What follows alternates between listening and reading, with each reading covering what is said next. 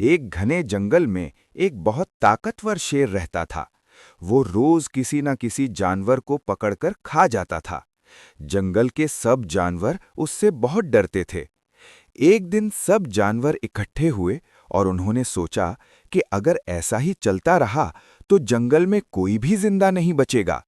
उन्होंने एक मंसूबा बनाया। सब जानवर शेर के पास गए और बोले, ऐ जंगल के बादशाह, आपको शिकार करने की जरूरत नहीं। हम रोज एक जानवर खुद आपके पास भेज दिया करेंगे। शेर इस बात पर राजी हो गया। अगले दिन एक छोटा सा अक्लमंद खरगोश शेर के पास जाने के लिए निकला, मगर वो जानबूझकर देर से पहुंचा। शेर बहुत गुस्से में हो गया और बोला, इतनी देर क्यों हुई? खरगोश बोला, बादशाह सलामत, रास्ते में एक और शेर मिल गया। वो कहता था कि वो इस जंगल का असल बादशाह है। शेर गुस्से में आग बगोला हो गया और बोला, मुझे फौरन उसके पास ले चलो।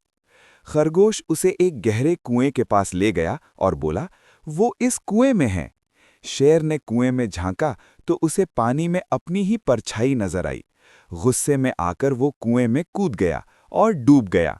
इस तरह अक्लमंद खरगोश ने अपनी अक्ल से पूरे जंगल को बचा लिया।